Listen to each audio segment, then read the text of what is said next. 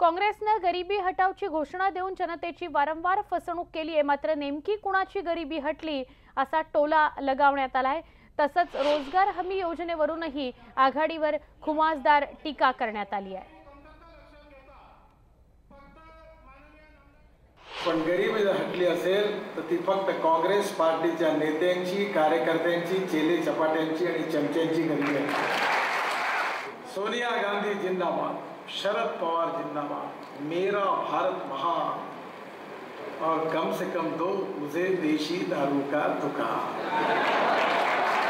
एक पाव डटाओ गरिबी हटाओ हो गया विकास। हिंदीच्या शायरने चांगलं सांगितलं आहे कि इधर गधे उधर गधे सब तरफ गधे ही गधे, अच्छे घोड़ों को नहीं है घास और गधे खा रहे थे च्यवनप्राश।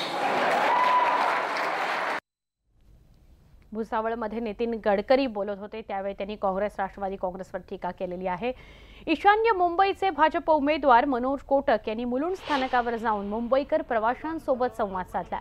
यावेळी मुंबई भाजपचे अध्यक्ष आशिष शेलारही त्यांच्या सोबत उपस्थित होते। उमेदवारी मिळाल्यापासून विविध माध्यमातून जनतेसमोर जाण्याचा प्रयत्न कोटक करतायत। यावेळी आशिष शेलार यांनी मुंबईतील युतीच्या 6ही जागा जिंकण्याचा विश्वास व्यक्त केलेला आहे।